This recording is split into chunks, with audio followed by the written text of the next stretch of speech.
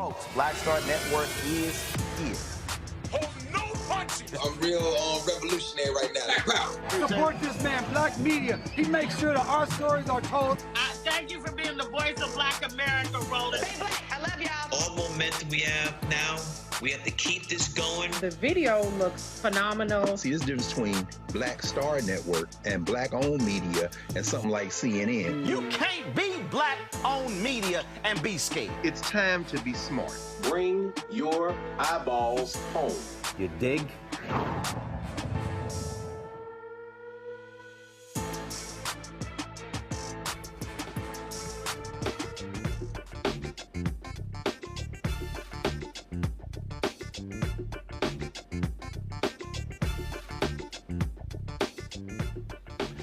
It's Thursday, January the 4th, 2024. I'm Greg Carr, sitting in for Roland. Here's what's coming up on Roland Martin Unfiltered, streaming live on the Black Star Network.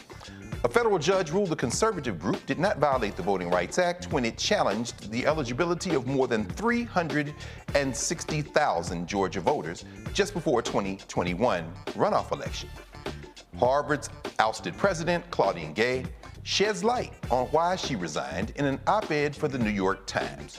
We'll examine why she said, quote, "What just happened at Harvard is bigger than me." Bishop William Barber will be here to discuss what happened in his meeting with AMC's CEO after police escorted him out of a North Carolina theater where he and his mother had gone to see The Color Purple. That's right, nothing good gonna come of it. 117 Chicago firefighters have been a part of a civil rights lawsuit for decades. I'll talk to the employment attorney handling the case to find out why this case, which started in the late 1990s, has not been settled. A Florida group wants the issue of abortion left up to voters and not the Florida legislator. I'll talk to the president of the Women's Voices for Southwest Florida about the petition to get abortion on the 2024 ballot. It's time to bring the funk on Roland Martin Unfiltered, streaming live on the Black Star Network. Let's go. He's got it. Whatever the miss, he's on it. Whatever it is, he's got the scoop, the fact, the find. And when it breaks, he's right on time and it's rolling. Best believe he's knowing.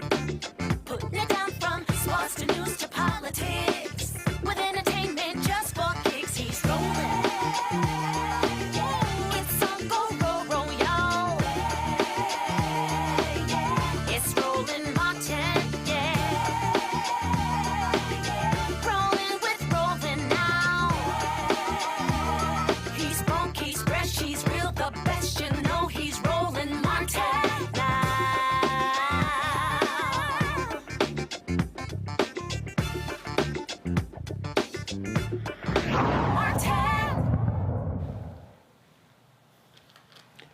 A federal judge in Georgia found a Texas-based conservative group's 2020 mass voter challenges were not illegal and did not rise to the level of violating the Voting Rights Act.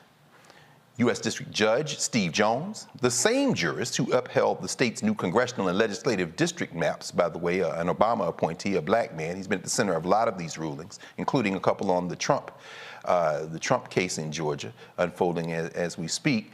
He ruled that True the Vote, that's the organization, True the Vote's actions did not constitute illegal voter intimidation.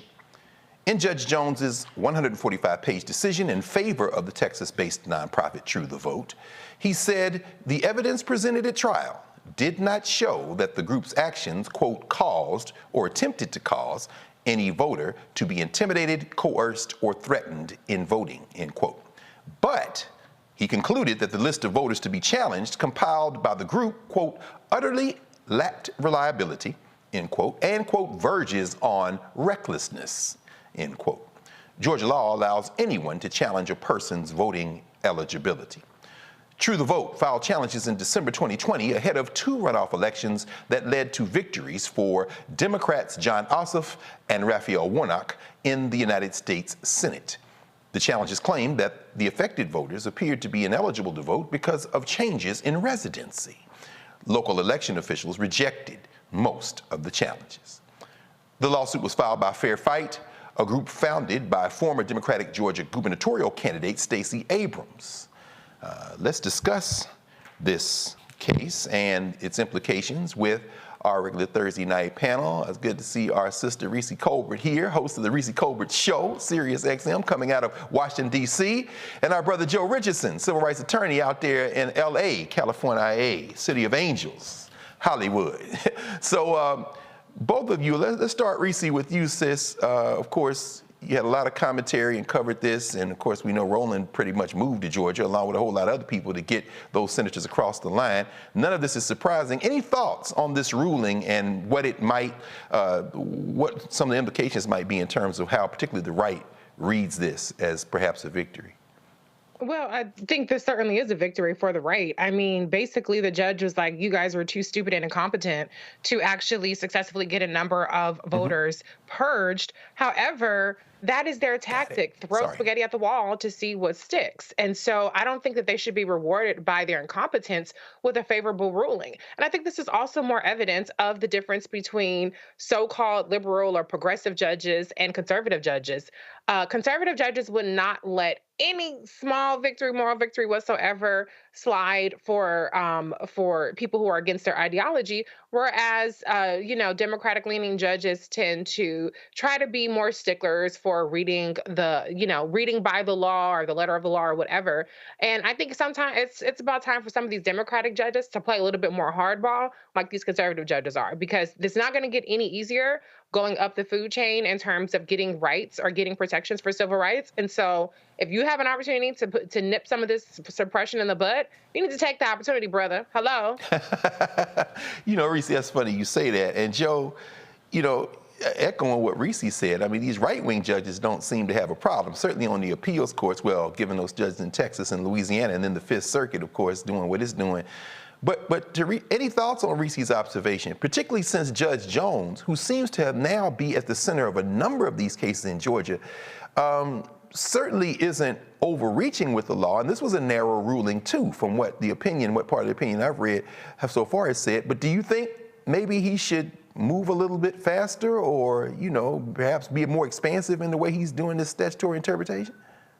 Yeah, there's a couple things that could happen here. First of all, sometimes Democrats are accused, perhaps whether it's fair or not, is it really real, is the question, of saying, we'll be such sticklers for the law, so we won't go quite now where we think it's reckless. We think it's a problem. I mean, he expresses some difficulty with their methods, that there's a problem with their methods, right? And so my sense is where there's a will, there's a way, right? And if he thought, based on his reading of the law, that it didn't go quite far enough, and he's thinking of approaching it fairly conservatively so that these things don't become political weapons, that's fine and good and well. But meanwhile, back at the ranch, this group is vindicated and validated and willingly trying to keep people that ought to be able to vote from voting. I mean, most of the challenges didn't end up being successful, but I think it reminds you what we need to do as it pertains to voting rights. The best thing you could do is have legislation that is more stringent and more exact and more expansive in terms of what the rights are. So even a judge that wants to approach it conservatively can say that by virtue of the law, this is a problem here. You stand back, you got your hands up in the air, and you're waving them like you just don't care, and say, my gosh, what does it take for this brother to bring us across the line here? We know what they're trying to do. And so that is frustrating, for sure. There's no doubt about it. But it just reminds you that the fight wages on. You go to court, we're in the well trying these cases, bringing appeals and whatnot. Sometimes you're going to win and sometimes you're going to lose. But you have to continue on the multi-pronged facet in both judicial issues, the judiciary, and specifically with legislation. Because once you get elected, not only can you pass legislation, but you can also bring on the kind of judges that you need to bring on. Absolutely. And Reese, before I come back to you, I want to ask Joe one more question following up, because as you're talking about it, I'm thinking about it, and I'm also thinking about that ruling on the gerrymander and the redistricting that he just got. It said that I'm not saying you can't come back to me on this issue of whether or not dismantling Lucy McBath's district amounts to a violation of the Voting Rights Act, but he didn't reach that.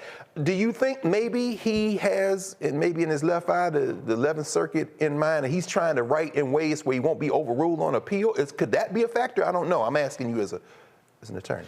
He could be looking around the corner, because what he's going to say is, no judge wants to be overturned. Right. Okay. And if he goes all the way out on what he may be thinking, he could absolutely be overturned. I don't think there's any question about that. So he may be thinking of it that way and understanding how they rule. He wants to position it, perhaps, in a best case scenario, in a way that makes it narrow enough and strict enough where it's difficult even for the 11th Circuit to overturn it. So he may be looking at that. That doesn't make what's going on any less frustrating. Reminds me of my dad, something he used to always say, rest in peace. When I asked for something, he said, no. He said, you're looking to the corner, I'm looking around it. Maybe that's what's happening here. We'll have to see once we get around the corner, but that doesn't mean it's not frustrating in the meantime. Absolutely. Reese, and of course, like Joe said, I mean, we got to keep the fight going, and maybe the courts, we can't look to the courts initially, and like you opened up and made the comments, I saw the front page of today's USA Today with the vice president on the cover. Again, it seems like she can't get any love from the white stream press as they talk about her, and we know that it's going to be a tough election cycle in 2024. Any thoughts on Georgia in particular, and whether or not this could dampen perhaps the energy there? Of course, we noticed the Stacey Abrams organization, looks like Cianti Stewart-Reed, who's the executive director of Fair Fight, now said that she was disappointed with the ruling, but we can't wait on the federal courts.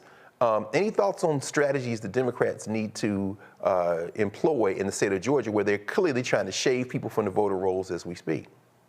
Yeah, I mean, that's been their tactics for years now. I mean, Brian Kemp was one of the major architects of the biggest purges, particularly of Black voters, even before he became governor, he was Secretary of State. And so voter suppression is baked into the cake when it comes to Georgians. Not that that makes it any more okay, or it's not something to be complacent about. So when you know that they're trying to steal the vote, when you know they're trying to take your vote away, then you already know how to account for it. It's not going to come as a surprise. So I think that there is a big infrastructure in terms of voter turnout and voter participation in Georgia.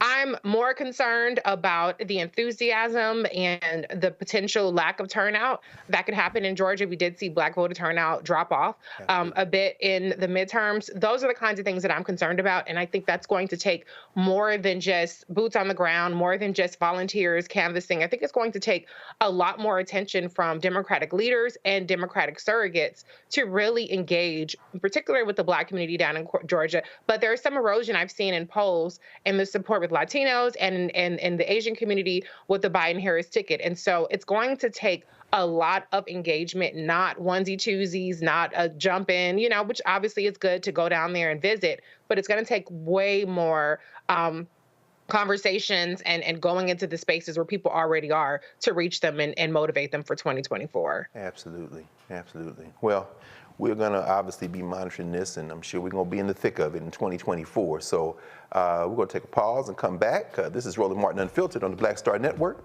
and we'll be right back.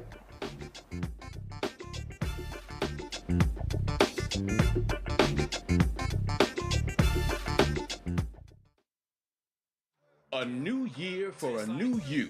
Curl Prep Natural Hair Solutions at curlprep.com is an amazing organic line for curls, locks, braids, twists, and even those wigs and extensions. Women, men, and children are loving this line. Look at this video and you be the judge. People line up to see this product in action at hair shows, and when they take a seat and try it, they don't believe it's their hair. Buy the products at curlprep.com. It works on all hair types. Use code ROLAND, that's ROLAND, lowercase letters, to get a 15% discount. Parents, remove the ouch. You will love this system because you can comb the product through your child's hair with your fingers. Seasoned saints are loving the product. It's all at curlprep.com. Use code ROLAND, lowercase letters, to get a 15% discount. You won't believe it's your hair. On the next, A Balanced Life with me, Dr. Jackie. People can't live with them, can't live without them. Our relationships often have more ups and downs than a boardwalk roller coaster, but it doesn't have to be that way. Trust your gut. Whenever your gut is like, this isn't healthy, this isn't right, I don't like the way that I'm being treated. This goes for males and females. Trust your gut, and then whenever that gut feeling comes, have a conversation. Knowing how to grow or when to go. A step-by-step guide on the next A Balanced Life on Black Star Network.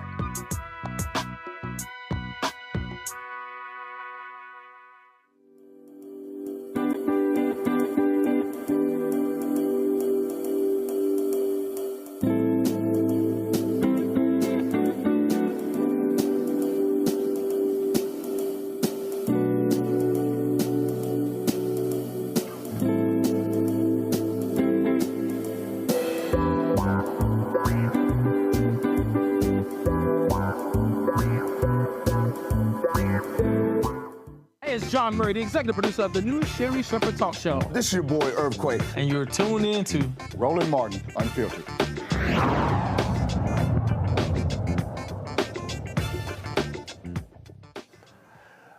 A day after her resignation, former Harvard University President Claudine Gay published an opinion piece in the New York Times addressing her decision to step down, acknowledging her mistakes, and defending her academic research. In the column, Claudine Gay, What Just Happened at Harvard is Bigger Than Me, Gay said she decided to resign after weeks of having her character and intelligence and seeing Harvard come under questioned and seeing Harvard come under attack. In fact, she says here, I've been called the N-word more times than I care to count. I'll tell you what. In her piece, Gay said, yes, I've made mistakes. In my initial response to the atrocities of October the 7th, I should have stated more forcefully what all people of good conscience know. Hamas is a terrorist organization that seeks to eradicate the Jewish state, and at a congressional hearing last month, I fell into a well-laid trap. Shout outs to Elise Stefanczyk, a Harvard graduate. I neglected to clearly articulate that calls for the genocide of Jewish people are abhorrent and unacceptable, and that I would use every tool at my disposal to protect from that kind of hate. Never did I imagine needing to defend decades-old and broad research, but the past several weeks have laid waste to truth. Those who had relentlessly campaigned to oust me since the fall, often trafficked in lies and ad hominem insults, not reasoned argument. They recycled tired racial stereotypes about black talent and temperament. They pushed a false narrative of indifference and incompetence. It is not lost on me that I make an ideal canvas for projecting every anxiety about the generational and demographic changes unfolding on American campuses. A black woman selected to lead a storied institution. Someone who views diversity as a source of institutional strength and dynamism. Someone who has advocated a modern curriculum that spans from the frontier of quantum science to the long-neglected history of Asian Americans.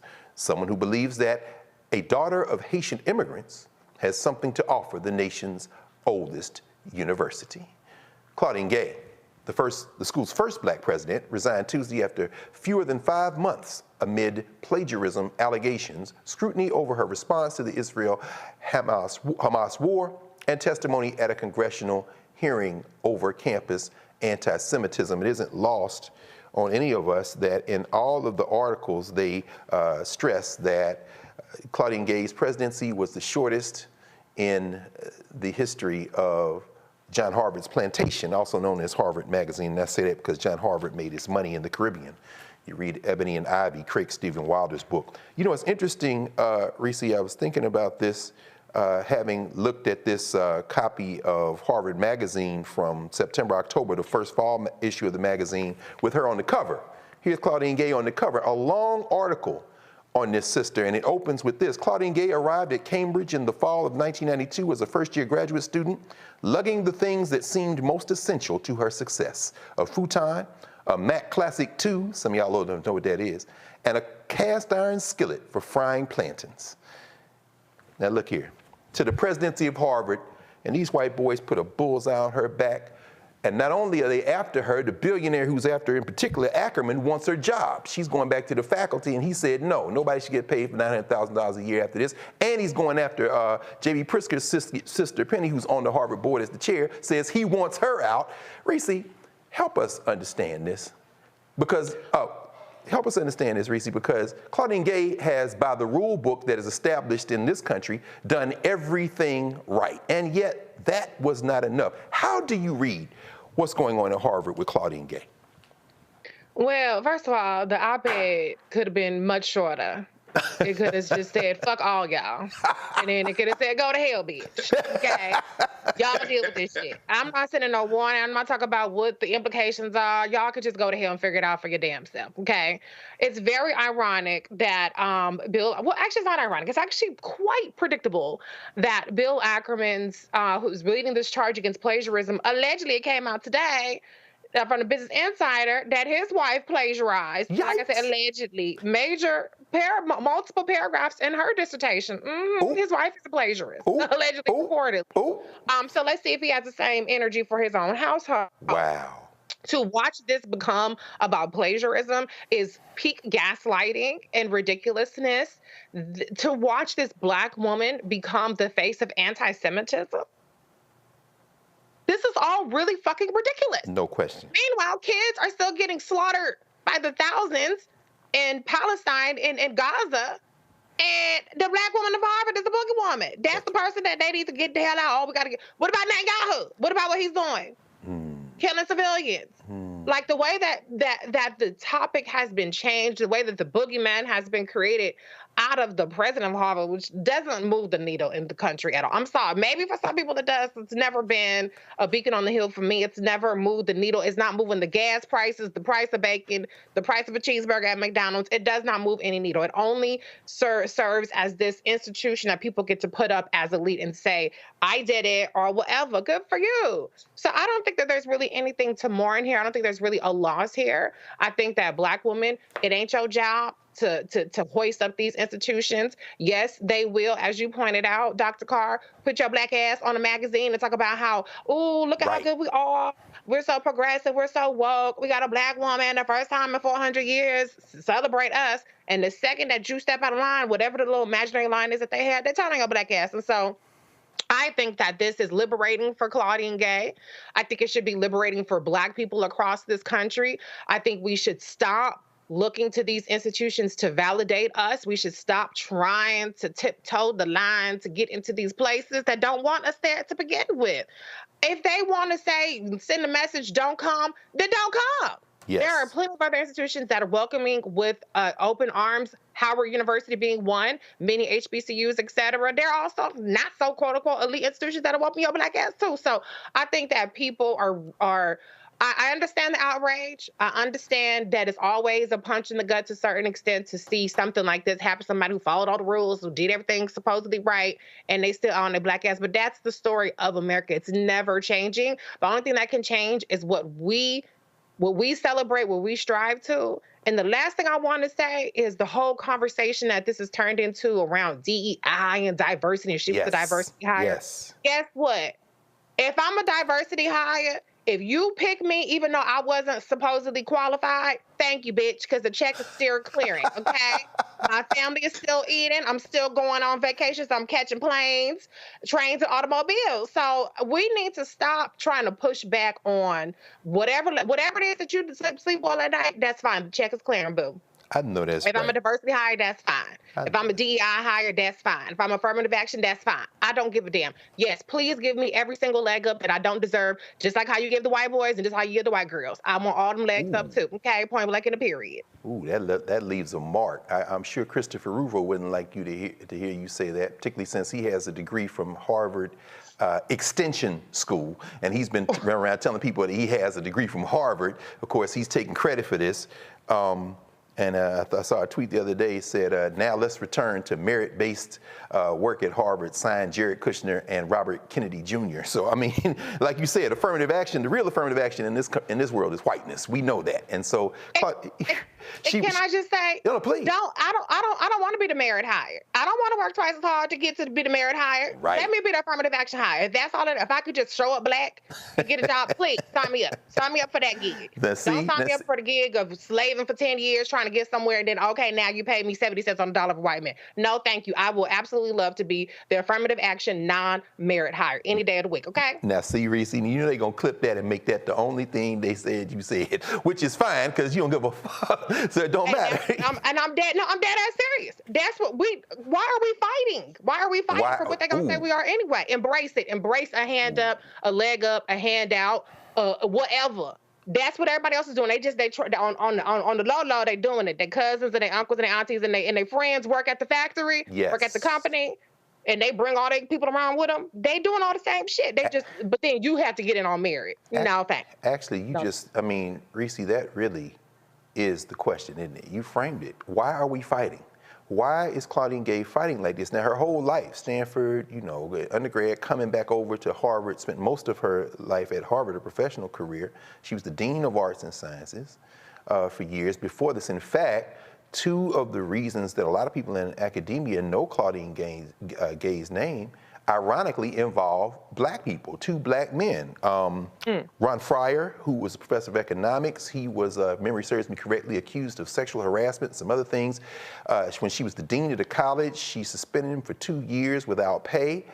He was restored to the faculty, but they took away his lab. He won the MacArthur grant, the MacArthur Foundation, the so-called Genius Grant. And at the time, now his politics are considered right of center. And a lot of people accuse Claudine Gay of perhaps punishing him for his politics. And then in another case, Ron Sullivan, Professor Ronald Sullivan, who was the master of one of the houses, master of a house at Harvard, a resident scholar who lived in the dormitories, lived in the student housing, he was suspended.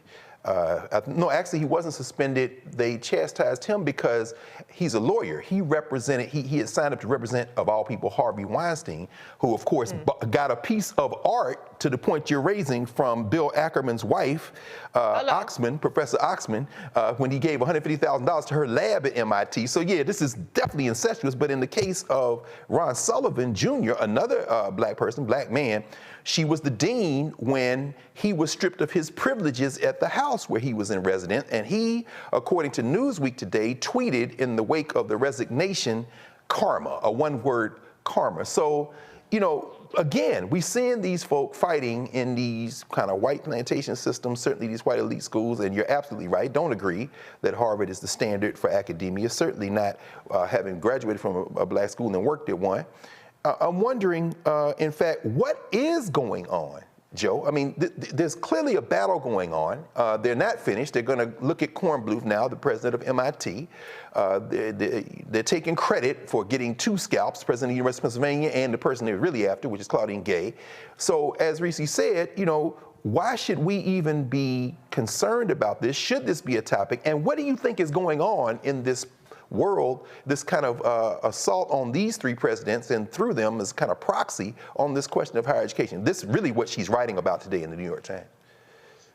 Women and black women have been always questioned when they are in leadership in academia, right? Not unlike other black people, you know, you get over, you do well, and even if you do, you're described as the exception and not the rule. You're more miraculous than you are indicative. It makes them say that he's not like the others, not that there are others like him or her, as the case may be. Interestingly, I would say Sister Gay has been, to a fault, very loyal to this institution. Absolutely. Very loyal.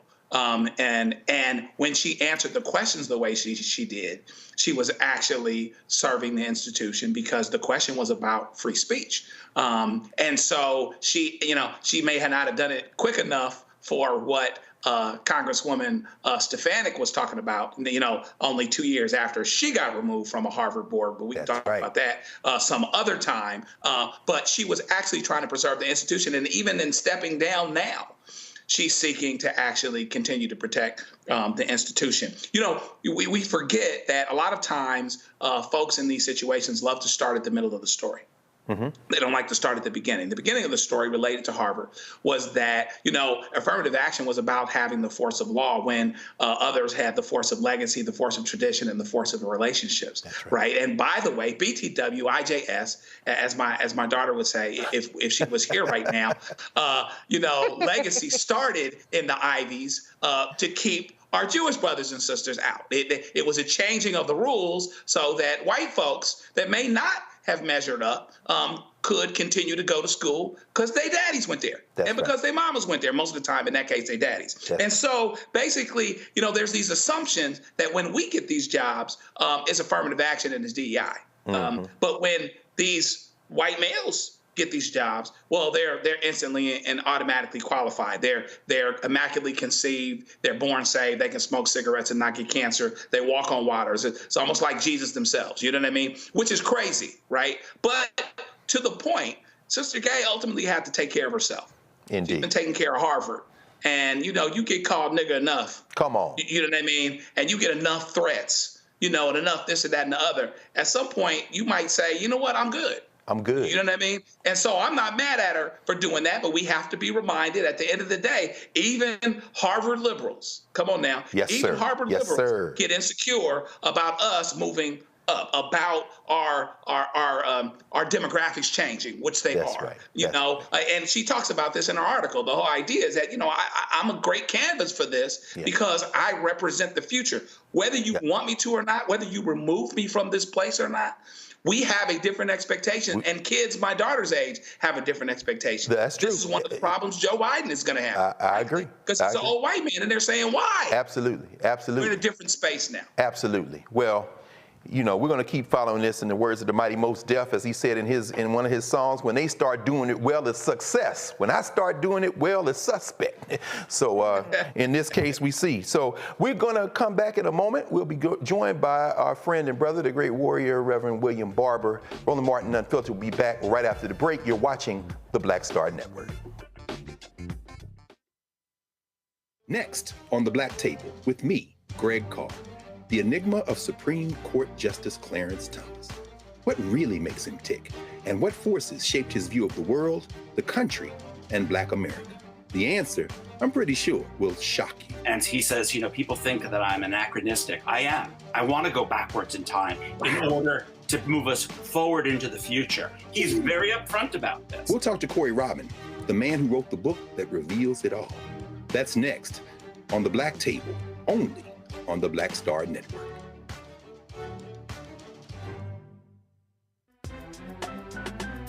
I'm Faraji Muhammad, live from LA. And this is The Culture. The Culture is a two-way conversation. You and me. We talk about the stories, politics, the good, the bad, and the downright ugly. So join our community every day at 3 p.m. Eastern and let your voice be heard. Hey, we're all in this together, so let's talk about it and see what kind of trouble we can get into. It's The Culture, weekdays at 3, only on the Black Star Network. Carl Payne pretending to be Roland Martin. Holla! You ain't got to wear black and gold every damn place, okay? Ooh, I'm an alpha, yay! All right, you're 58 years old. It's over. And you are now watching Roland Martin Unfiltered. Uncut, unplugged, and undamn believable.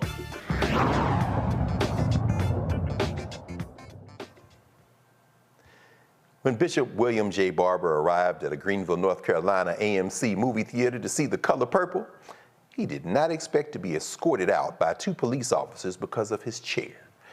That incident has Reverend Barber calling for more awareness and justice for disabled people, and that was part of his conversation with AMC's CEO, Adam Aaron, on Tuesday. Bishop Barber joins us now to tell us about that meeting. It is always good to see you, our brother, freedom fighter and warrior. I suspected you didn't think you had to take the fight to the movie theater with you and your mom watch The Color Purple, man, but I guess you never get to take a day off, do you, Rev? How you doing, man?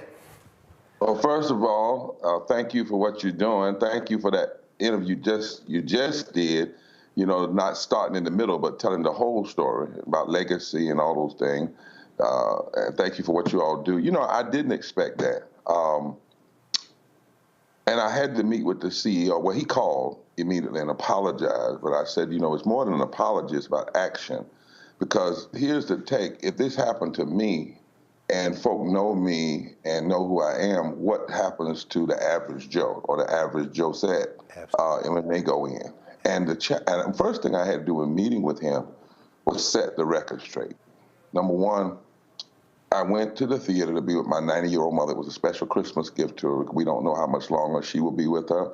She had asked me could you come home this Christmas week and just us? It was a time of tears because my brother is dead. My brother died suddenly from pancreatic cancer, had a 30-day diagnosis and died. And so she doesn't have anybody but me. And I'll just be honest with folk on this call. My mother was scared to have children because her mother died in childbirth, and she watched her bleed to death because the white hospital wouldn't send the ambulance. So this was a time of just me being son, not being bishop, not being president, not being this, that, just son. And we went, as I have gone from the White House to Broadway to same movie theaters to the Vatican with my chair because of my own disease, ankylosing spondylitis, and was told upon entering, well, not upon entering, they let me get in, but as we got to the place to go into where the theaters are, the managers said, you can't bring that chair. And I said, oh, I understand you think that's what, but that's not what it is. This is the ADA. No, it's not ADA. We only do wheelchairs. And I said, well, no, you don't do only wheelchairs because I see other people with other devices. But the point is, this is an ADA. No, it's not. It's a fire hazard. I said, it can't be a fire hazard because it's a chair, because if high chairs are a fire hazard, you have high chairs over there. It would be a fire hazard if I put it in the aisle. I'm not trying to put it in the aisle. I'm trying to sit it where I normally sit it. Well, it's not ADA. Yes, it is. Well, go get a doctor's note and come back. I said, now, you just said it was a fire hazard. If I go get a doctor's note, how's that going to change it? Exactly. Then she said, well, wheelchairs are stationary. I said, honey, by the nature of it being a wheelchair means it's not stationary. I've done this everywhere. Let me go in. And then I said, I'm just going to go sit down. You can do what you want to do. So we went in, and I sat down, put it in a handicapped area, not in an aisle. Yes, sir. In a cutout. It says H, right? That's right. Nobody was going to block the people. And they never said anything about, well, you'll block people. Because if you block them, put me at the back wall or something, as I've done before. And my brother, next thing I know, 2 white officers with guns are there tapping me on the shoulder saying they're going to charge you with trespass. And we're going to have to empty the entire theater if you don't come take me out. I'll go. I thought they were going to charge me outside. When they got outside, the cops apologized, said, we don't even want to be here. They left. Of course. Then this man comes out, tells me I can't even wait on my mother. Wait a minute. I can't talk. Right. Yeah. My mother is still inside now. No, sir. With an attendant and a young girl that has epilepsy. But she tells you can't wait on her. The media was outside. She said, you got to leave. Told the media they had to leave at a public accommodation at a theater. Oh, this is... And brought a white cop out, a white security with a gun on him. Then when she turned around to leave, waved at us tauntingly, like, I got you. Okay. And here's the kick, brother. They were both black minorities. One is, I think, mixed, one black. And the white cops treated me better that day than the black manager. Yeah, because they weaponized them. I mean, help us, because we've heard now you lay this out on all these platforms. When you met with the CEO, how did he approach this? He didn't. I'm assuming maybe they tried to throw the point of contact under the bus, but we don't know. How did the meeting go? Well, he tried to first of all, he was very cordial, very nice. I'm of course. About it. Of course. He said he wants, AMC to be known as treating folk right, and came up with some suggestions. But they had given him some wrong facts. And fed some facts. For instance, part of the reason why this might have happened was because Reverend Barber was loud. No, I was debating them taking my rights, and I do this all the time, and will never stop debating, people for when they're trying to take people's rights. But because I debate my rights does not violate your discrimination. Right. Secondly, well, your chair was in the aisle. No, it wasn't in the aisle. Wait. It wasn't in the aisle. Everybody can see that. Well, it may have blocked the sight line. No, it didn't block the sight. And nobody ever raised that as an issue. So I had to, first of all, correct the facts. And after we did that, we committed to meet again in about a couple of weeks, because we are at resolution. We've had some suggestions of what can be done, but here's what I said to him. It has to be concretized, it has to be measurable, and it has to be affect system-wide. And please don't tell me, out of all the people that have come here, we've never had a problem with anybody. First of all, you have no way you can't say that. Right. You don't know, number one, who didn't come because they might think they would be challenged, and you just can't really qualify that. So we're going to meet again and see where we go. Well, Doc, you've seen this scenario more than all of us, I'm sure. Was it an offering perhaps to engage in training or retraining? The issue of weaponizing law enforcement, we've seen that happen before. People in restaurants or hotels will call the police and basically turn them into an agent of the private company that has done that. I mean, was there any discussion? And like you said, not even have engaged in fact finding. He came in, it sounds like, in a completely defensive posture, cordiality notwithstanding. Any conversations about, as you said, the solution or resolution stage? Is this a matter of training? Is it a matter of protocol? I mean, what's going? Well, he wasn't. I would not characterize as defensive. I characterized some folk told him some things. Actually, we have some of the same worldview in terms of policy, but we still have to get down to the nitty gritty on this. He's not a bad fellow. He believes in a lot of good things and people's rights. But in this instance, and I had to say to him, it doesn't matter that they were black. The discrimination wasn't race. In fact, it makes it worse to me that you're a minority because you have benefited so much from like the 64 Civil Rights Act, which actually the ADA tracks the Civil Rights Act. So minority ought to be more concerned. But I think part of what's, I can't say everything that's happened, but, if you say training, how do you fix that? How do you measure it? How do you concretize it?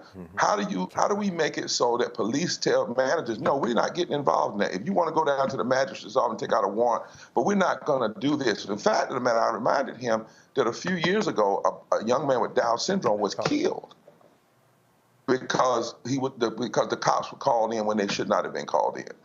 This could have gotten very ugly now in the wrong hands. Take, for instance, it was somebody that wasn't like me, kind of trained in nonviolence, how to, mindset. It could have gotten really, really bad.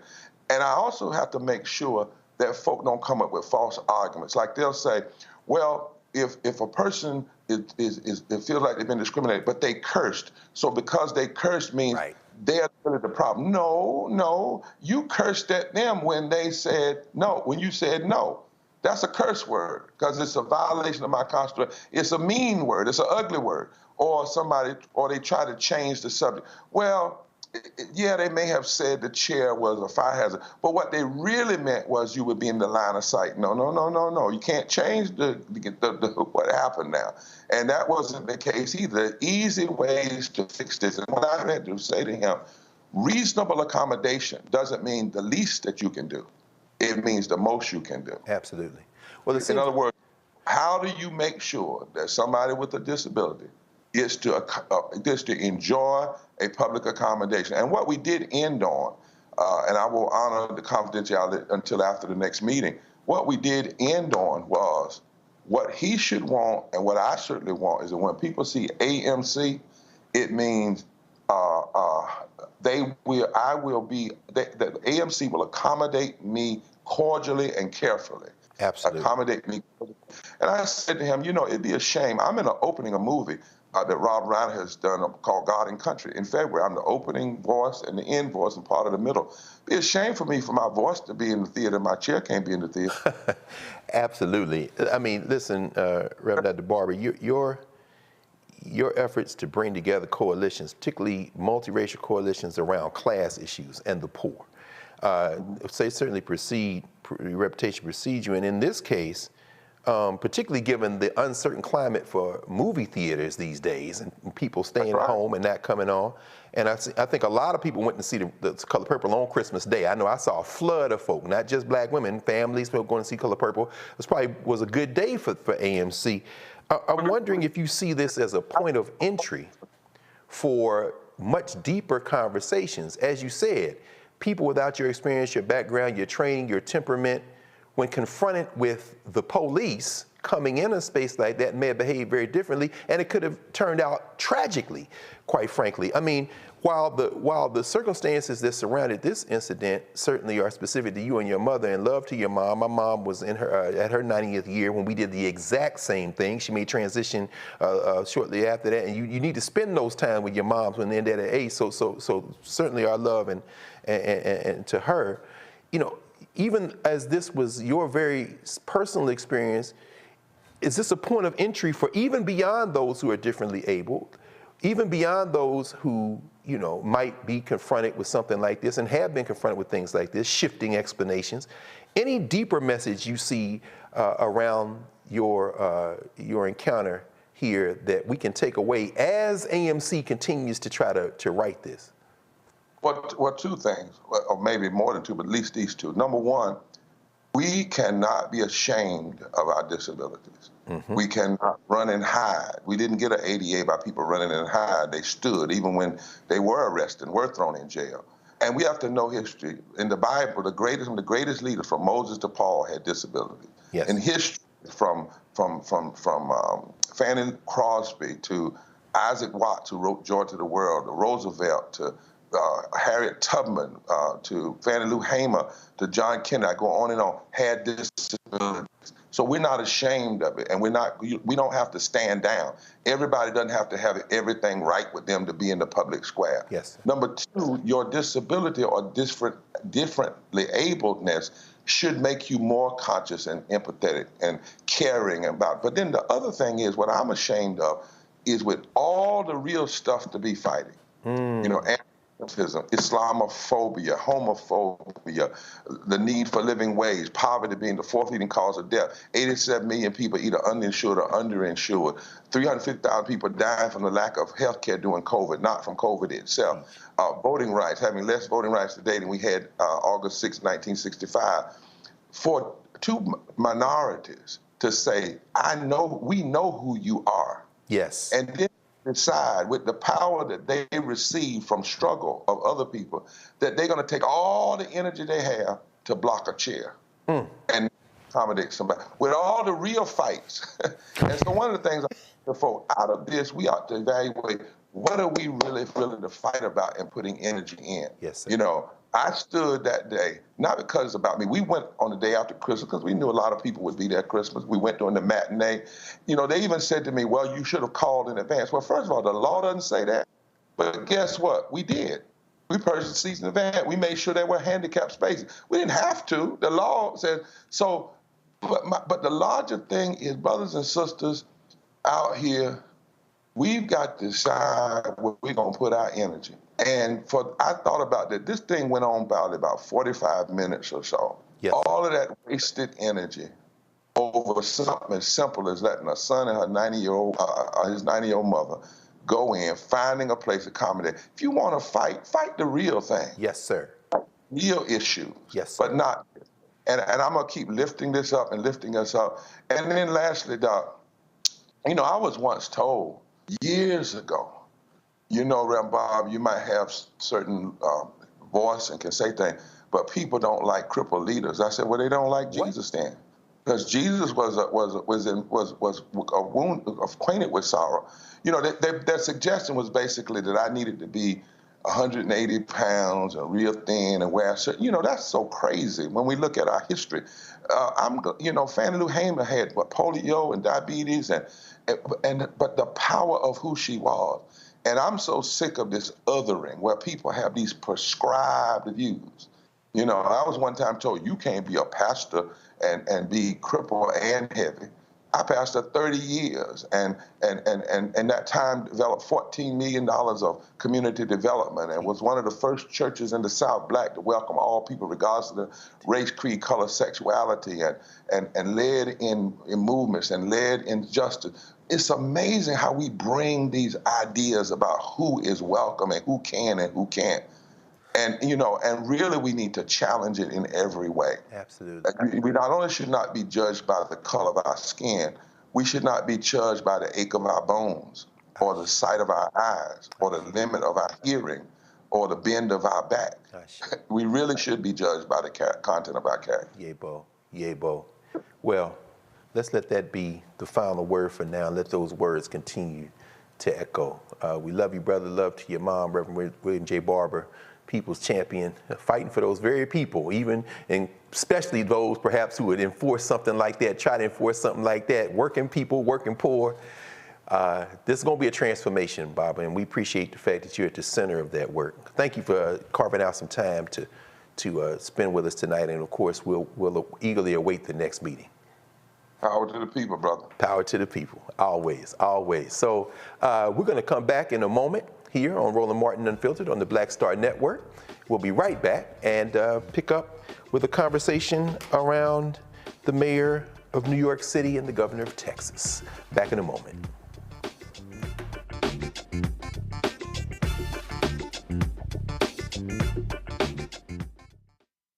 Grow your business or career with Grow with Google's wide range of online courses, digital training, and tools. Gain in-demand job skills with flexible online training programs designed to put you on the fast track to jobs in high-growth fields. No experience is necessary. Learn at your own pace. Complete the online certificate program on your own terms. Stand out to employers, get on a path to in-demand jobs, and connect with top employers who are currently hiring. Take one professional career certificate program or all 6. Earn a Google Career Certificate to prepare for a job in a high-growth field like data analytics, project management, UX design, cybersecurity, and more. All professional career certificate programs must be completed by December 31st, 2024. Scan the QR code to complete the application. There are 1,000 scholarships available. Grow with Google and J. Hood and Associates. Be job ready and qualify for in-demand jobs.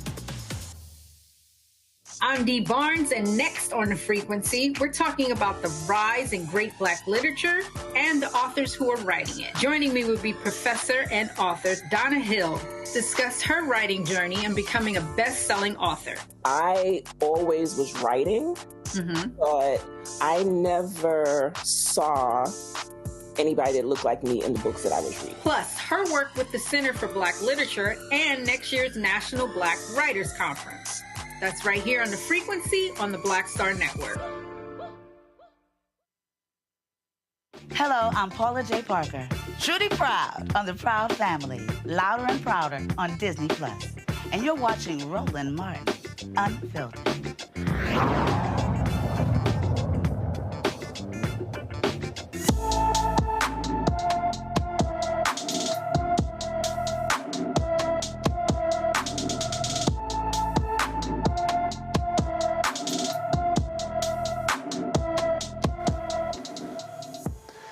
Evan Fenton has been missing from Perkinson, Mississippi since December the 5th, 2023.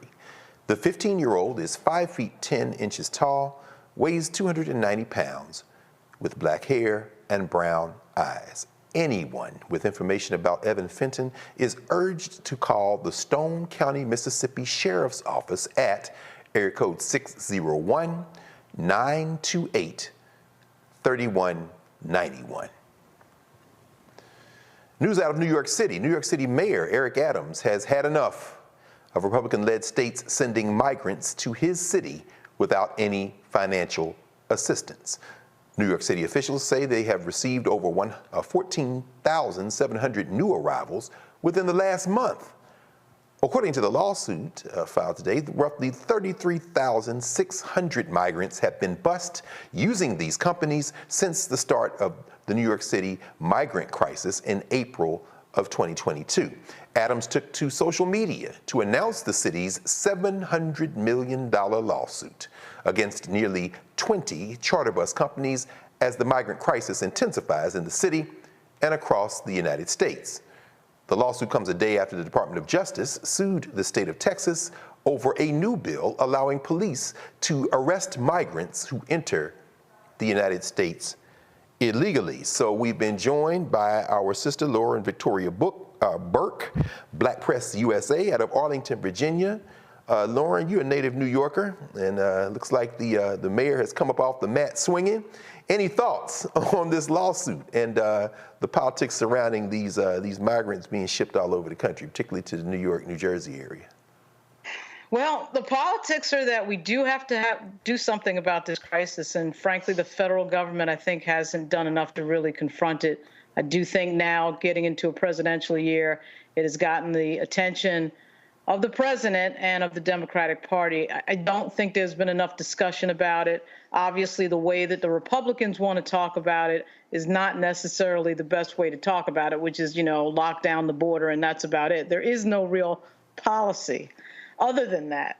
So that is problematic. And so I do think, though, that in some weird ways, the Republicans have been correct in terms of this problem needing to be dealt with.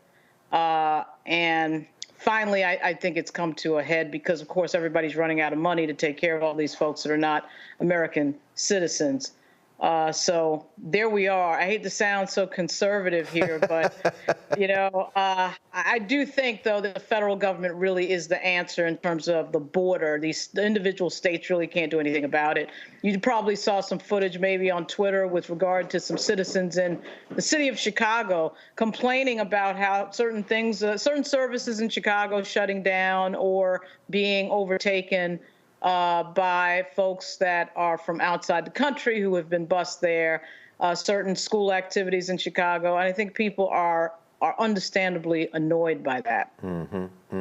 Well, before we come to you, thank you, Lauren. Before we come to you, Reese and Joe, let's hear from the mayor of New York on this case. New York City has and will continue to do our part to manage this humanitarian crisis. But we cannot bear the cost of reckless political ploys from the state of Texas alone.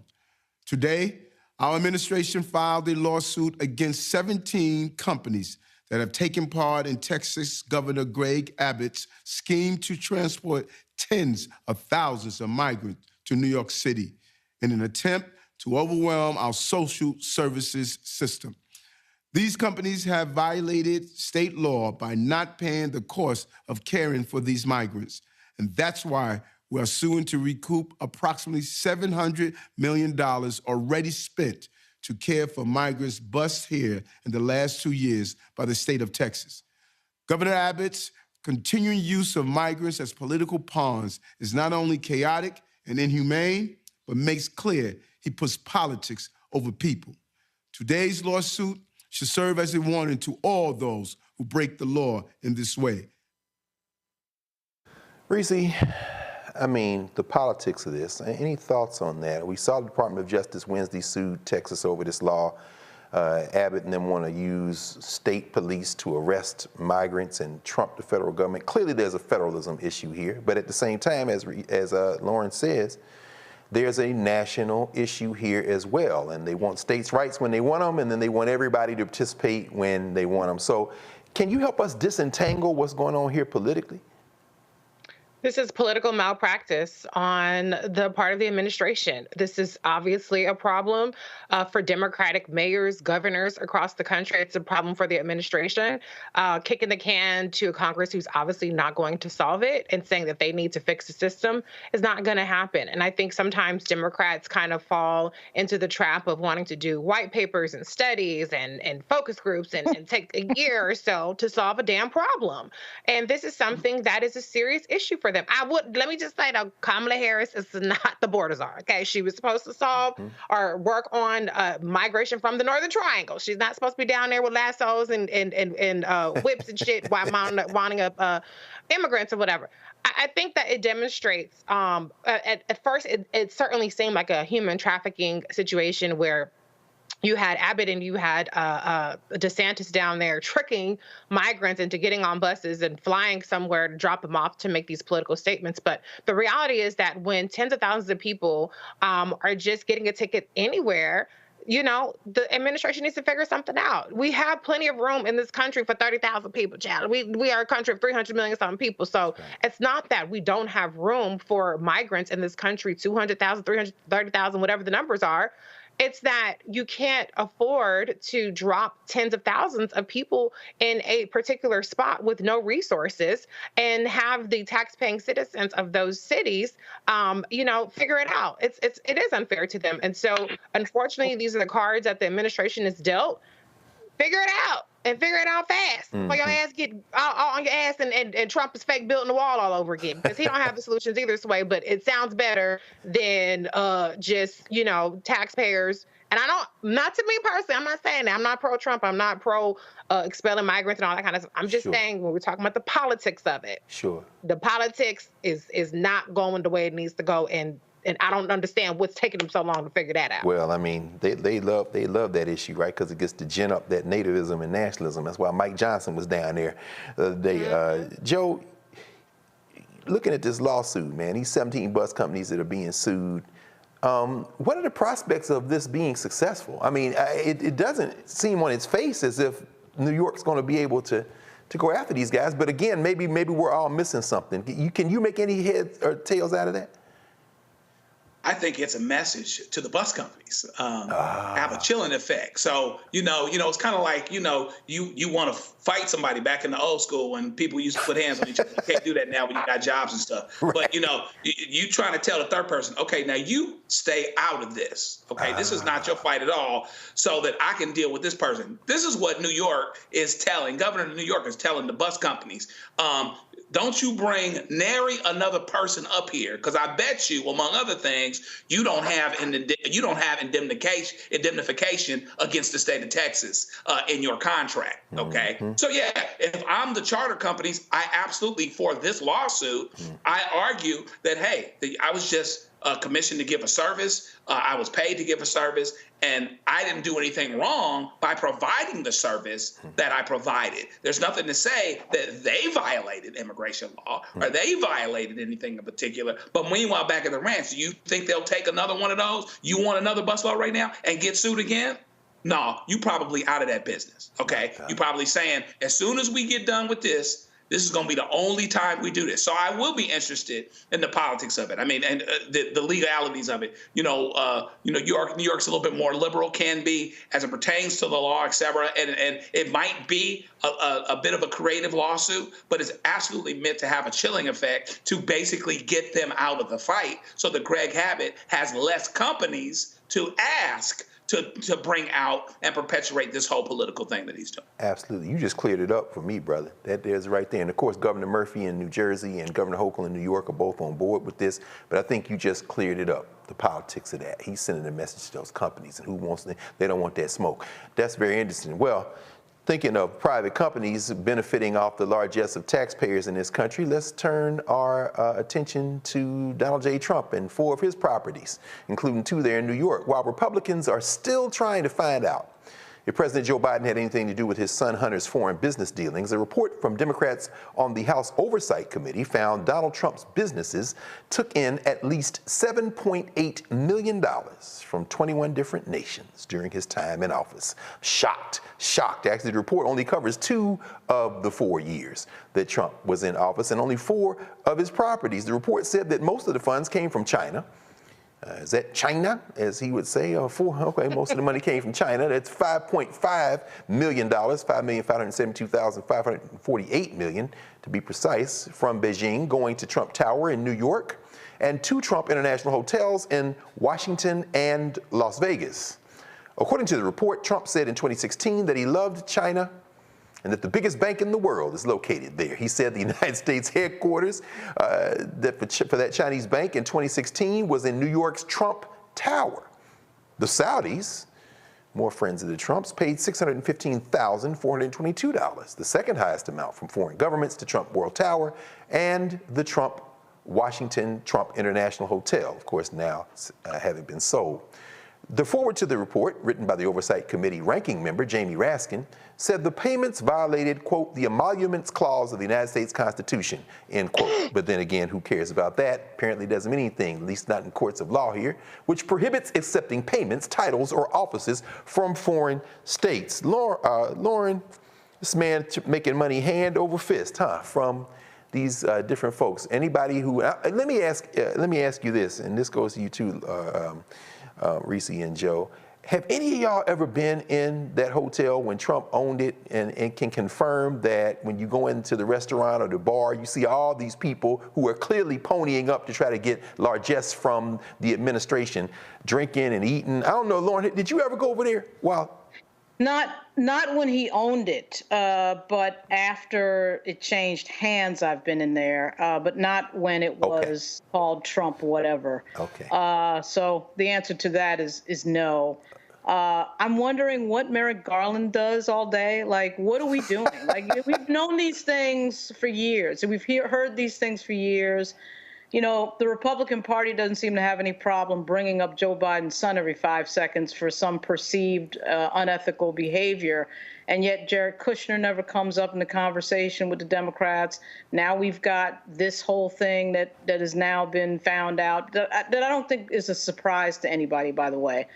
And once again, what is the Justice Department doing? Where is the Justice Department? Why is it that we can hear announcements that the FBI is doing on everything under the sun except something like this, right? So I'm not sure why everybody is scared of Donald Trump, by the way. I mean, it's like we got 3 or 4 people who are not scared of Donald Trump, Fannie Willis. You know, it's like two or three people in the country, and then everybody else is scared of Donald Trump.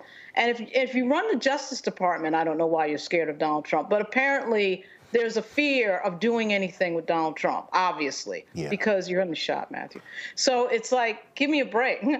I just think that, you know, this is another huge thing right in front of our face that nobody is probably going to do anything about. And we're just going to move on to the next thing. And I could never figure that out. We see other people get indicted. That's right. We see other people get prosecuted. And what's up?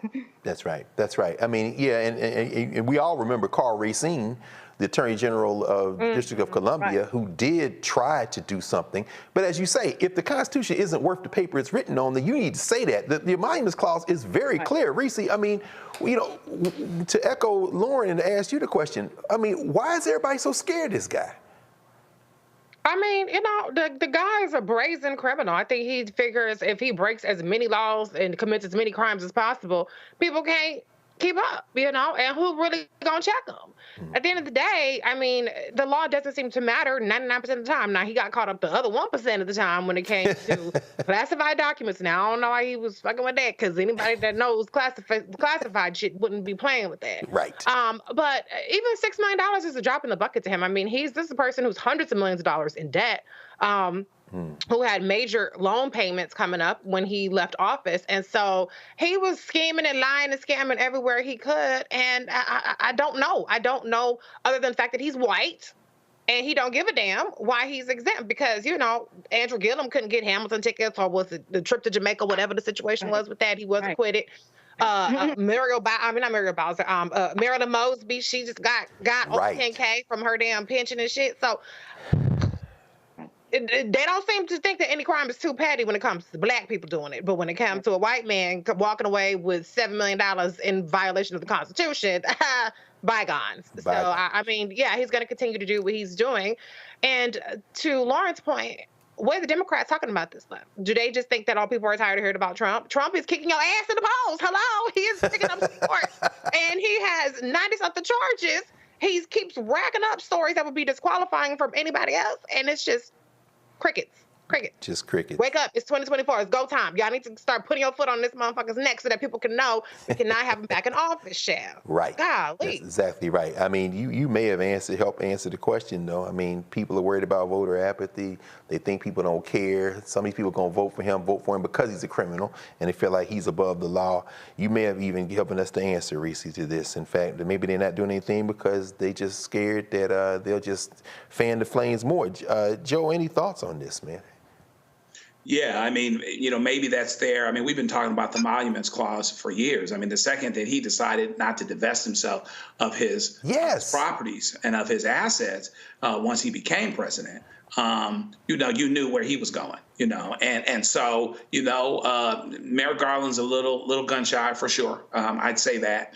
And so, you know, and interestingly, I mean, you know, one thing you got to give him credit for, you know, he might have his problems, but Jared, you know, Jared gets his mail. He gets his money. No question. And Merrick could be banging on him all day long. You know, they're prosecuting Hunter Biden, and Hunter Biden got some problems, but money is one of them. Hunter Biden's money ain't straight like that. You know what I mean? Right. Like Jared have got it cracking. There'd be a whole lot of stuff going on with him if they wanted to just uncover that a little bit. But they seem to be making the choice not to do that. Now, it's not to say that Trump's not being prosecuted for some other things, but there's no surprise here in terms of what's going on. And relatively speaking, you know, you got 91 charges on them already. There's 5 or 6 other things you could bring, you know, even though this is probably one of the first things that we talked about, relatively speaking, it's actually relatively minor, you know, and in a world that's just 24 hours in a day, maybe it doesn't have the priority now just for that reason, because there are all these other things, but it's been around for a very, very long time to the point made, and it's crazy that folks ignored it and act like it hadn't happened. No, that's true.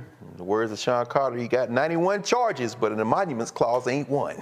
But we know that Tish James, if Tish James get in it, she another one that ain't scared, never scared. So, you know, we'll see how this plays out. You're watching Roland Martin Unfiltered on the Black Star Network. We'll be right back.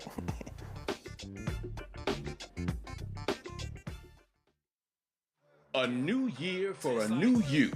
Curl Prep Natural Hair Solutions at curlprep.com is an amazing organic line for curls, locks, braids, twists, and even those wigs and extensions. Women, men, and children are loving this line.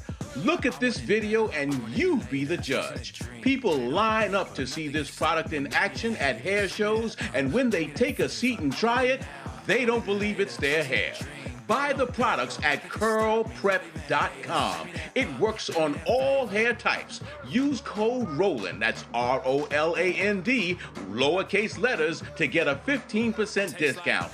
Parents, remove the ouch. You will love this system because you can comb the product through your child's hair with your fingers. Seasoned saints are loving the product. It's all at curlprep.com. Use code ROLAND, lowercase letters, to get a 15% discount. You won't believe it's your hair.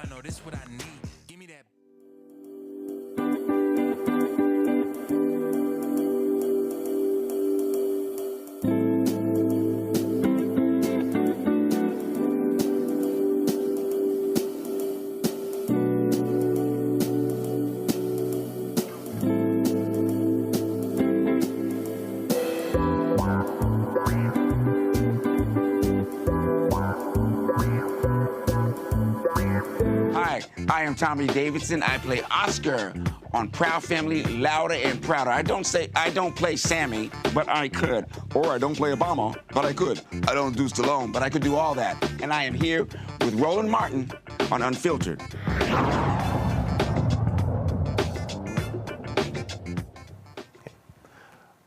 117 black Chicago firefighters say they've been denied promotions and opportunities for decades.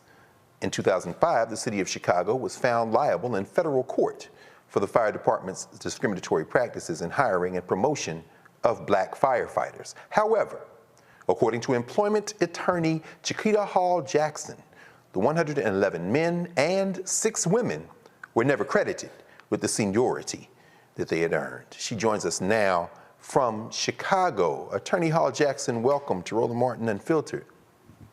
How you doing? Good evening. Doing just fine. Glad to have you with us. Could you walk us through the history of this case? It's been going on for some time, huh? Yes.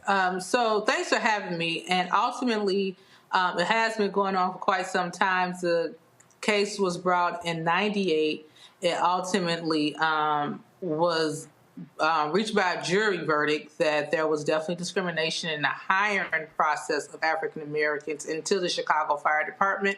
And then that was in 2007. And between 2007 and 2012, post-trials, the parties, the city, and the attorneys for the firefighters were trying to work out some terms on how they can make this happen per the judge's order to hire on 111 firefighters, and ultimately they ended up hiring 117, excuse me, including 6 African-American female, known as the Godfrey class as well. And eventually, although they was hired per the order, the judge foresaw that there would be some issues along the way, and so she retained jurisdiction for that. And as a result, in the background, the attorneys that originally helped these group of individuals to pretty much finalize everything with the city and reduce it to writing some form of agreement, they have now retired, went on, and they're no longer with the firms. So the firefighters spent some time trying to find someone to assist them once they noticed that they were not getting promoted over the years, and their seniority was not allowing them to do so. You know, this is quite disturbing. So the 1998 case involving hiring, and then you say from 2007 to 2012, post-trial, trying to work out these terms. So all of the people we're talking about, all the women and men who were hired, came in the wake of the initial lawsuit. Is that what you understand? Yeah, that's exactly what happened. Okay. So what happened, there was a lot of individuals, but because there's no way the firefighter can hire the thousands of people that were discriminated against and during a hiring process, the judge put a cap on it to 111 people that she felt was reasonable. Interesting. Do you have any sense of why that was the number? And you said 1,000, like we're talking about a huge force, right? Yes. When you're talking about class actions, what they do is anybody that they carve out a time frame, and anybody that applied during this particular time frame that was African American or black, background and nationality. They allow these individuals, they send notices to them. If they opt in to be a part of the class action, then they all participate and were allowed to participate. But you got to understand, if we allow thousands of individuals in solely on their race, then that would pause the Caucasians from getting opportunities to apply. So that's the reason why it's now limited, that we're only going to give so many of you guys opportunities. Of course. It's interesting you say that, because I'm assuming that, like the police, let's set aside NBC and Chicago Fire and Chicago PD. We can assume that they weren't the most racially progressive in the fire department of Chicago prior to 1998. Was there an initial class that was certified in this lawsuit, or do you know? I'm going to say I do not know, honestly, but from what I'm saying, no. Okay, yeah, I would assume that. So we've got these souls here, these 117 souls, and they just knew they were being discriminated against. Could you help us walk through some of that? That they're hired, they're not getting promoted. I'm thinking about the long history of discrimination in fire and police, but whether it be tests, sergeant exams, or evaluations. How did this discrimination play out over the arc of these years? Great question. So ultimately, what they was noticing is certain exams come out every, let's say, 3 to 5 years. Mm-hmm. And within that, excuse me, when those exams come out, the firefighter, the CFD, have it already structured that 30% of the 100% of the exam goes strictly to seniority. So based on your seniority, 30% of that trumps the educational part, whether you studied hard or not. Your seniority is 30%. And so if these people came in and they didn't come into 2012, because that's how long it took from 99 to 2012 to finally finalize the terms of the agreement to get them staffed and start working. And so they were supposed to get retroactive to 99 so that can be their active date and when they initiated the lawsuit. And so if they're stuck at this time, you got people coming in after them. And what they was noticing, all these younger people were coming in after them. They were being now promoted to lieutenant and different roles like that. And then when we saw the various classes, they weren't necessarily certified as a class from a lawsuit, but that was the entry class, like you have an academy class in the police world. That was the fire academy's classes. So the different classes on that chart you guys probably saw was just talking about the different classes that entered the force in the academy during that time. And they noticed that all these individuals are now becoming chiefs, lieutenants, and all the different ranks. And everybody that was came through this lawsuit, we have yet to move. We're not, they're getting little promotions here and there, but nothing that allows them to move to the ranks and have a nice retirement. Yes. Package. And that's ultimately what's the harm here, not to mention the daily promotion and daily increases, but the idea that you understand when it's time for someone to retire, most places take the average of the last 4 years you worked there. Yes. If I'm not maximizing that during my employment time, then I'm harmed, retirement and beyond. Yes. I'm going to ask you one more question, and then we're going to take a break and come back for the panel to ask questions. But Attorney Hall-Jackson, this seems quite brazen.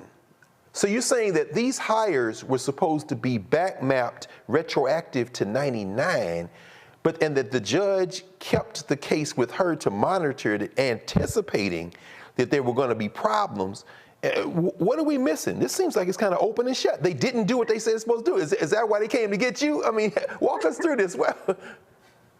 So what happened was the judge appointed an African-American female within the fire department that had a higher rank at the time to serve as this monitor. And she was supposed to be going back to the court as a liaison and letting them know what was going on if anything ever did arise. She's also supposed to have been that voice and advocate for those 111 firefighters that got hired under that particular lawsuit.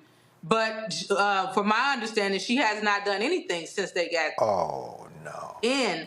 And what the judge did, she retained jurisdiction. So a judge can retain jurisdiction. All that simply means is that no one can now say statute of limitations has lapsed or you waited too long to come back. So if you don't actively let her know what's going on and get a motion in front of her or anything in front of her, then or him or her, but in this particular case it's a female, then there's nothing she can do. And so that's where the gap is. No one notified the court at this time that what is going on. But she did predict if they finally get in, they're going to eventually have problems with seniority and promotions. And she predicted that. Yes, yes, indeed. Well, we're going to come back on the other side of this break so that our panel can ask you some questions with Chiquita Hall-Jackson, who is the attorney for these women and men in the Chicago Fire Department, and you're watching Roland Martin Unfiltered on the Black Star Network. We'll be right back.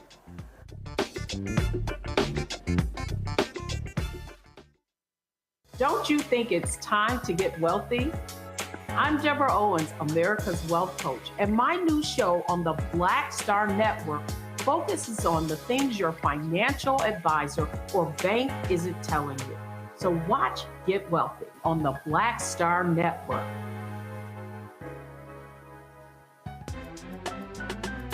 I'm Faraji Muhammad, live from LA.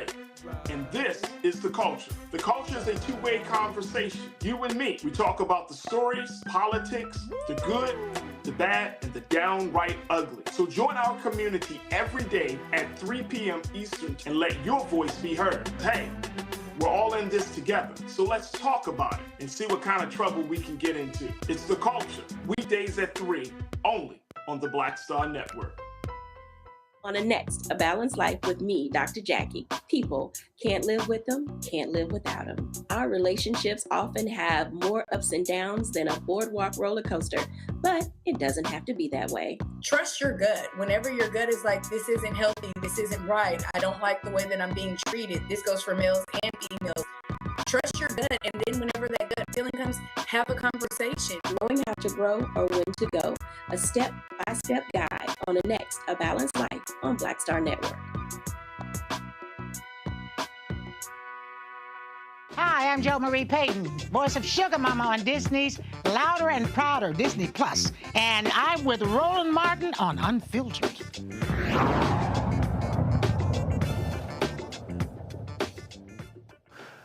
Welcome back to Roland Martin Unfiltered on the Black Star Network. I'm Greg Carr sitting in for Roland and here with our regular Thursday panel.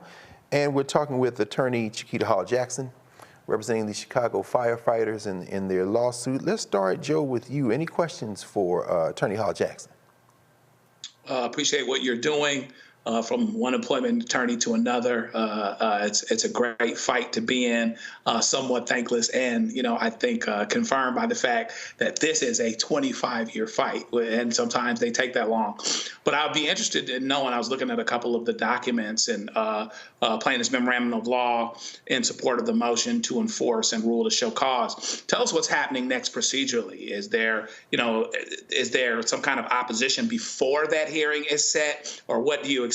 Give us a little bit of what we can expect to see on the procedural side. I know. Appreciate you. Next procedurally there is an opportunity for opposition. They asked for an extension. They originally had to 12/15 or something like that. They asked for an extension to 1/31 because all the attorneys for both sides pretty much have retired or moved on with their careers. So the attorneys that were staff for the city have moved on. So they want to find some people internally they can investigate and ask all the questions they need to ask so they can properly respond. So we did mutually agree that they will have until 1/31, January 31st. And then from there, I'll get opportunity to reply. Then I'm pretty sure the judge will either allow some oral arguments or will rule on paper. Thank you, Joe. And Reese, any questions here for attorney Hall-Jackson? Yes, I'm curious how much of this can be resolved with the actual mayoral administration as opposed to through litigation. Have you seen any kind of affirmative steps to make any resolutions towards this, or is this strictly a matter of the courts at this point? I'm very hopeful with our new mayor and by him being an African-American man who has been getting some backlash, want to do something progressive while he's there. And the current fire chief as well indicating that they want to do some advancements for African Americans in that department. So I'm hopeful, but so far, because of the attorneys that they have hired, they are outside counsel, meaning they're not all eternal city employees.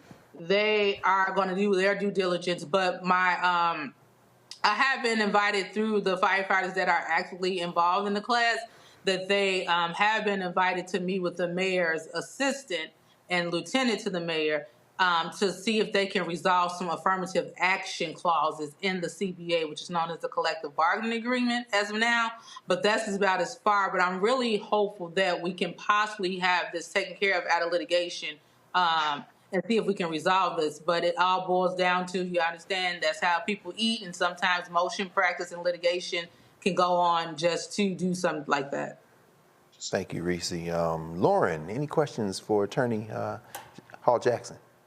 Hey, how are you, Ms. Jackson? I feel like I remember a very similar case in New York, and I wondered if you knew what but I don't know what the outcome was. Do you remember what the outcome of that case was in New York? It was a firefighter suit in New York on discrimination, and it felt that the case that you're doing now is very similar to that. Did they win? Do you know? I honestly do not know the one you're referring to. There was another case in Illinois, and it was brought on about white firefighters in Chicago due to the fact that these firefighters won, and they was now saying it was reverse discrimination. Wow. And so we have studied that case, and that's the case that we are also referenced in our memorandum of law. But I definitely will look into that New York case. Thank you. Okay, thank you.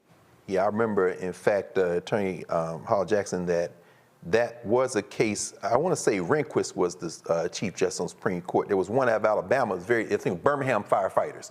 And once they made those concessions for those black firefighters, the white firefighters went in, even though they had gone past the statute of limitations, and the Supreme Court allowed them to maintain as interveners in the case. I mean, white supremacy just never stops. I got one more question for you, sis. Any sense of what the racial makeup of the fire department in Chicago is now? Has this stopped people from applying, from trying to become firefighters? Any sense of that? It has not stopped people from applying. It has. There is more progressiveness in hiring African Americans, but it's not great, and they probably make up less than 10% of the Chicago Firefighter Department. Wow. Chicago alone is just very political and industry driven. If you're in construction, the Irish run it. So that's how it's all about nationalities that run. And as you know, Chicago, like New York, have different pockets based off races. That's how the construction industry is, fire, police, and unfortunately, that's how it goes. But that's why you now have a mayor who's claiming and a fire chief who's claiming they want to help get more African Americans, but it's not progressive at all. Well, I mean, God bless our brother Brandon. Oh my goodness, 10% in a city as black as Chicago. I can believe so. My goodness. Well, I guess that's not surprising. We continue to fight. So, Chiquita Hall Jackson, thank you so much for joining us from the Windy City. I guess it's Hawk territory now, so stay warm. And we'll check in with you soon to hear on developments on the case. So. Thank you. Have a great one. Absolutely. Absolutely. You too. You're watching Roland Martin Unfiltered on the Black Star Network, and we'll be right back.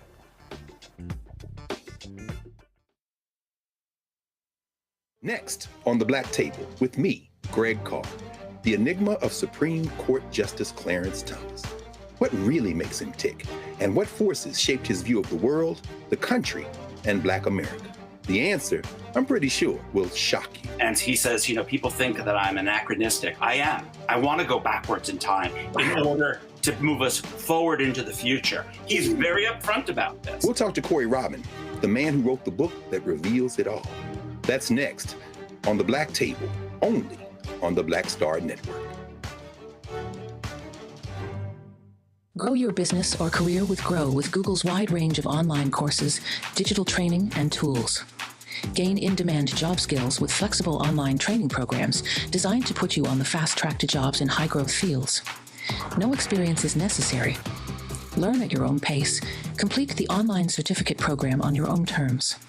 Stand out to employers, get on a path to in-demand jobs, and connect with top employers who are currently hiring. Take one professional career certificate program or all 6. Earn a Google Career Certificate to prepare for a job in a high-growth field like data analytics, project management, UX design, cybersecurity, and more. All professional career certificate programs must be completed by December 31st, 2024. Scan the QR code to complete the application. There are 1,000 scholarships available. Grow with Google and J. Hood and Associates. Be job ready and qualify for in-demand jobs. My name is Lena Charles, and I'm from Opelousas, Louisiana. Yes, that is Zydeco capital of the world. My name is Margaret Chappelle. I'm from Dallas, Texas, representing the Urban Trivia Game. It's me, Sherry Shepard, and you know what you watch. Roland Martin on Unfiltered.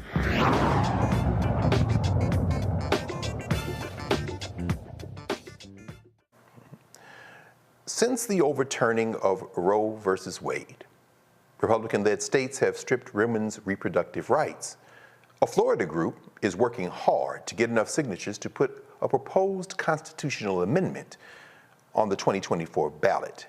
Floridians Protecting Freedom is close to getting enough signatures to allow voters to decide on the issue. Joining us from Sarasota, Florida is Sarah Parker, the president of Women's Voices for Southwest Florida. Welcome, President Parker, to Roland Martin Unfiltered and the Black Star Network. Hi, how are you? Thank you. It's a pleasure to be here. It's actually an honor. Well, the honor is ours, sis. Sounds like you all have balled up the fists and you're punching the governor and the legislature dead in their face. Tell us about what's going on with this. Y'all are aiming to get 1.4 million votes? Sounds like you're well on the way. Yeah, I think we've pretty much collected 1.4. Right now, we have 891,000 verified, and we're extremely excited. We're extremely excited. We started this campaign earlier this year, so it's incredible that we were able to collect these many petitions, which a huge shout out to our volunteers. It's been an amazing experience. My first ballot initiative ever. We are actually Women's Voices of Southwest Florida. We are the smallest grassroots organization on the board. So it's been an honor. It's been hard work, and yeah, we're taking back. We're taking back the baton. And when Dobbs got overturned, yes, they said let's put it back to the states. And we took that and we ran with it, and we put in work, we put in money, we put in energy, blood, sweat, and tears. And here we are, I feel like days away from it being verified and going in front of the Supreme Court. You know, it's interesting. I mean, given the numbers, the sheer numbers of signatures you've had to collect, and I'm glad you said that. You all are the smallest of the organizations engaged in this kind of work, huh? And of course, you got to get, you can't just gather signatures in Southwest Florida. What is this business about having to have signatures from every county in the state? Could you walk us through actually what you've had to do to gather these signatures? You know, we've had an amazing volunteer team, We have to gather a certain percentage from every congressional district. That's what I wanted to know. So there's a percentage. It isn't enough to get one signature from a county. What? Yes. Yeah, and we did it. We have done it. We're past that qualification, or we're damn near close to it. We had 864,000. I just checked my notes. And we need 891,000, and we know that we're going to get it. We're very confident. But yeah, we had to go into different counties. We had to go into red-leaning counties. Our volunteers have been amazing doing that. We had to go across Florida. And we were, at one point, in every single county out collecting petitions, even before the hurricane that came through, during the summer in the heat. So it's been brutal, but we've done it. Yeah, absolutely. In fact, I want to open it up to the panel so that we can all get in this conversation, and I'll come back around for another pass in a minute. But Lauren, why don't you lead out today and ask President Parker about some of the work they're doing there? President Parker, how long did it take you to collect as many as you have? I missed it. That's an awesome and amazing number. Yeah.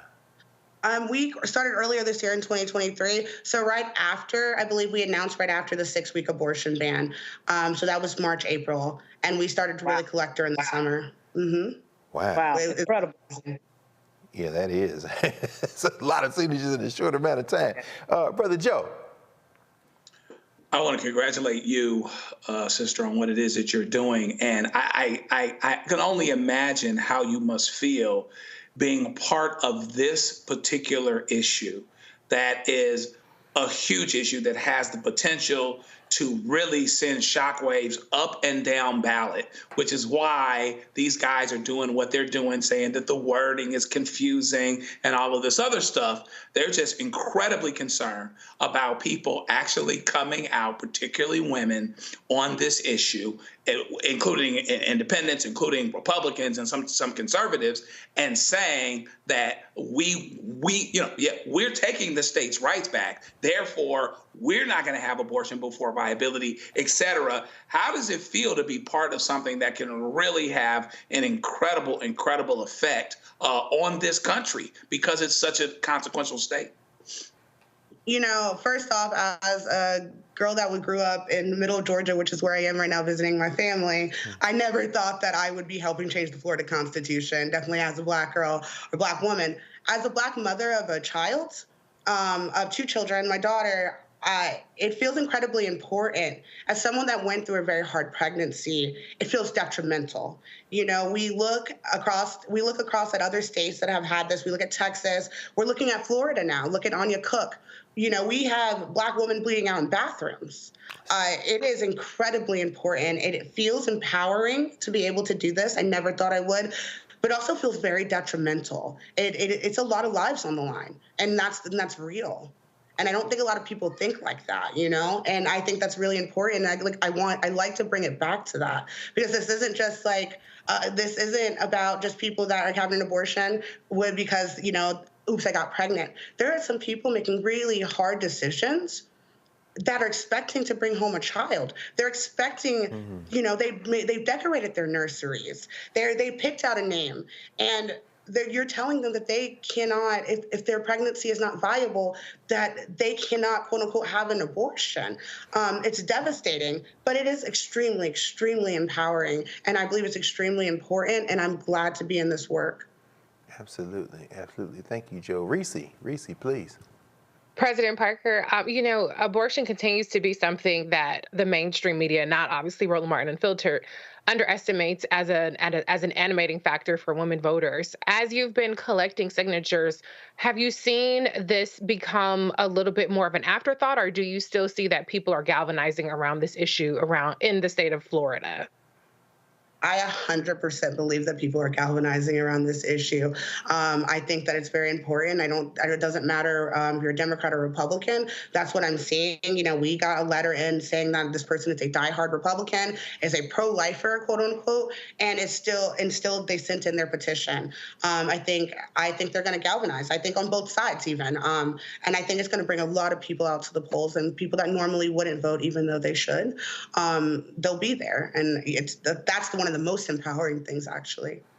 Absolutely. Thank you, Reese. And to echo what Reese said and what you're saying, it looks like by the polling numbers that we've all read that this is something that would pass easily if it makes it to the ballot. And it sounds like the Attorney General there in Florida is working hard to try to stop that. She's got y'all in court? Yeah, we will be going to the Florida Supreme Court on February 7th in 2024. You know, I think I know that our wording is concise. We've had legal expert opinion after legal expert opinion. I think that this is politically motivated. I know that this is politically motivated. I mean, we live in Florida. It's not only politically motivated, but it's hollow. And it's disingenuous for Attorney General Ashley Moody to believe that voters can't understand a paragraph. No question, no question. Well, we know that technology has been put into play in many states in this country, and sounds like y'all not going to let it impact you in Florida. Any kind of echo again something else Reese raised in terms of the national profile of this case, which is of course going to in many ways maybe even determine the 2024 federal election cycle. Have you been in contact or coordinating with or in conversation with other organizations in other states? I know you mentioned Georgia and some other places. Any ongoing dialogue with other folks about this? I mean, we've talked to people in Ohio, we've talked to people in Michigan. You know, we're not recreating a playbook. We are doing a ballot initiative that has been done. We've seen it win, and we're confident it's going to win. We're confident we're very confident in the Florida Supreme Court. And I'm very confident when we make it to the polling booths, or when we make it to the voting booths, that we're going to win.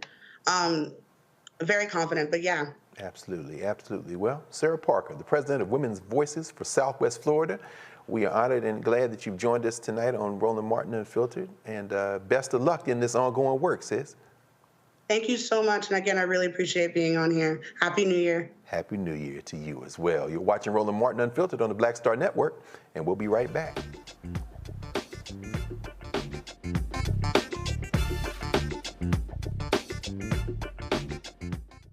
I'm Dee Barnes, and next on The Frequency, we're talking about the rise in great Black literature and the authors who are writing it. Joining me will be professor and author Donna Hill, discuss her writing journey and becoming a best-selling author.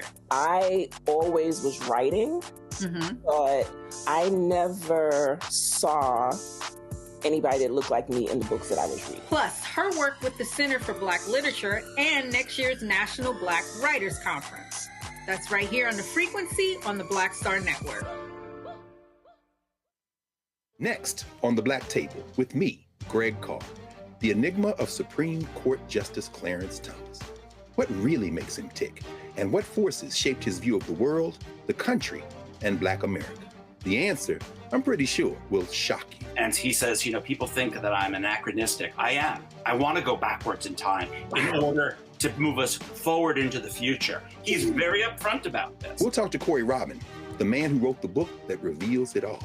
That's next on the Black Table, only on the Black Star Network.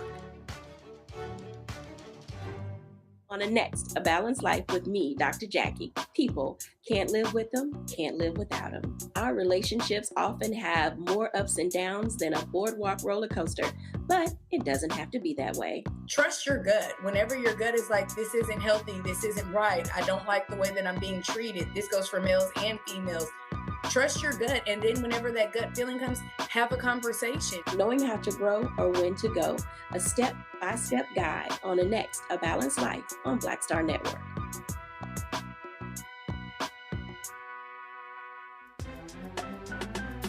I'm Faraji Muhammad, live from LA.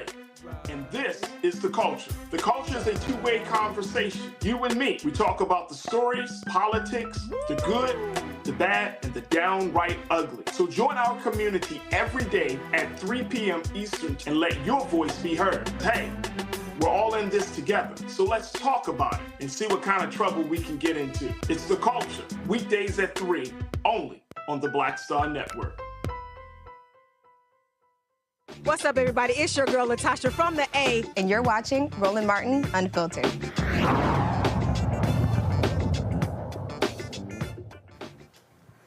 Welcome back to Roland Martin Unfiltered on the Black Star Network. I'm Greg Carr, sitting in for our brother Roland.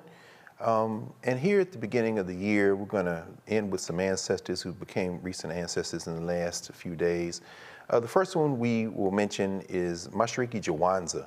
Mashariki Jawanza was a queen mother. She's actually installed in West Africa. She was the past immediate female co-chair of the National Coalition of Blacks for Reparations in America, a teacher, a warrior, a pragmatist, a Pan-Africanist, a mother, sister, daughter, helped represent our people in 2001 at the World Conference Against Racism in South Africa, a member of a number of organizations, the Council of Independent Black Institutions, the National Black United Front, and so many others. These photographs here, some of them you'll see her in May at the Martin Delaney tribute annually that's held in Xenia, Ohio. Queen Mother Mashariki, just a remarkable sister and representative of a freedom fighter from the Black Power era. The images you're seeing now are from the Black Table. We'll probably at some point on the network here run again the conversation that she had with one of her sister friends and warriors, the great attorney Nkechi Taifa, on the question of reparations. So we lift the name of Mashariki Jawanza, who made transition on the day of Imani, the last day of Kwanzaa, the 1st of January. Next, we'll raise the name of Congresswoman Eddie Bernice Johnson. The funeral for the trailblazing longtime U.S. Representative Eddie Bernice Johnson will be held on January the 9th in Texas. Congresswoman Johnson was a nurse from Texas who helped bring hundreds of millions of federal dollars to the Dallas area as the region's most powerful Democrat. She made transition on Sunday. She was 88 years old. She served in the House of Representatives for 3 decades after becoming the first registered nurse elected to Congress and the first black chief psychiatric nurse at Dallas's Veterans Affairs Hospital. She was the first black woman to chair the House Committee on Science, Space, and Technology and led the Congressional Black Caucus. She left office in January after repeatedly delaying her retirement. And of course, she left that seat not filled. She backed a sister who was there, who we've seen many times on this network, young Jasmine Crockett. Before serving in Congress, she served in the Texas legislature. So we raised the name of Eddie Bernice Johnson. Panelists, any comments on these two sisters who have made transition, in particular Congresswoman Johnson, who of course was the better known of the two? Anybody can. Yeah, I'll say, you know, she leaves behind obviously a very accomplished, you know, legacy. But I think it's so important that she passed the baton and she was able to, you know, go out on her own terms in the sense of, you know, you have so many people who are just trying, let me just say somebody like Chuck Grassley. Like, I'll just throw him. That's just one of many examples I could use, you know, but she really did pass the baton. She cultivated and poured into the Congresswoman Jasmine Crockett, who's there and who's a dynamic force who will carry on her legacy of that seat. So I think it's so important that people leave behind a pipeline, that people leave behind a legacy. And it's not just about what you've done, but pouring into people that can continue on to do the good works that you're known for. Absolutely. Joe, Lauren, any thoughts on the Congresswoman? Yeah, she was a very shrewd operator and very interesting person and a very informed person to talk to, to say the least. She had delayed her retirement, as you mentioned, several times, and of course was the chair of the Science Committee.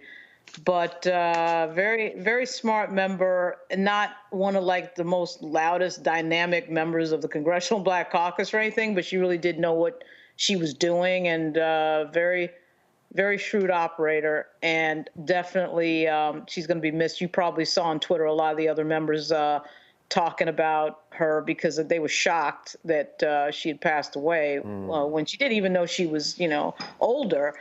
And it's just like one of those things, but, you know, what Jasmine Crockett wrote, what Congresswoman Crockett wrote was really nice on Twitter, and it was a big shock to everybody. But, you know, it's funny, in the last few years, Alcee Hastings and John Lewis, a lot of these older members, I myself really, really like the older members because they get to a point where they don't care what they say into a microphone, and they will tell you they're like the older relative you have in your family. So she was like that, and she was a lot of fun. So I can't wait to see the tribute they do for her on Monday. Absolutely, absolutely. Thank you, Lauren. Joe? Yeah, I mean, you know, she's accomplished. She's been around a long time. Those of us that have any exposure to Congress, whether interning, I mean, I interned 30 years ago for my local representative, Maxine Waters, during her first term. And so you get to know and get to see those that have been around for a while. I wasn't as familiar with Bernice Johnson. My day was more like Ron Dellums and John Conyers and some of those guys, even though Bernice Johnson was there for a long time. Sadly, there's potential for a medical negligence related case. I don't know if you've seen anything about that based on, you know, some things towards the end of her life. The question is whether or not she had an infection. We'll let the lawyers handle that. You know, I've got enough to handle on my own in our work. But what we can do is we can uphold her, remember the good things, and hopefully people are taking advantage of that example of consistency. You know, Denzel Washington said in American Gangster that the loudest person in the room is the weakest person in the room. Some of them are smooth operators that don't necessarily have to yell the loudest, but they get things done. And so she got things done. And so we should celebrate her for that. And we should celebrate the other sister as well, the Queen Mother, those that have just done so much for us for so long. And so we have that legacy. If we really hold on to those lessons, then we truly do have them forever. Absolutely. Absolutely. I mean, yeah, that would be an irony given her pioneering work in healthcare if that were something that would come to that. But I mean, both of these sisters, as you say, they're a testament. As Mashariki, I can hear her now saying this is this is a phrase from the 60s. So as you say, Lauren, these old heads, these folks who are really the bridge from the Black Power era to the era that we're in now, they used to say in the movement, Kazi is the blackest of all. Kazi is Kiswahili for work. So it's a lot of talking, but at the end of the day, work is the blackest of all. So both of these sisters represent that. And in thinking about the working class, as Reverend Barber, of course, has reminded us many times, those folk who are out there just trying to earn a living. We have another ancestor, Elmore Nickelberry. Not a name that a lot of people might know, but Elmore Nickelberry is one of the last living sanitation workers who marched with Dr. Martin Luther King Jr. in Memphis during the Civil Rights Movement. He made transition. He passed away early Saturday morning following a hospital stay. He was 92.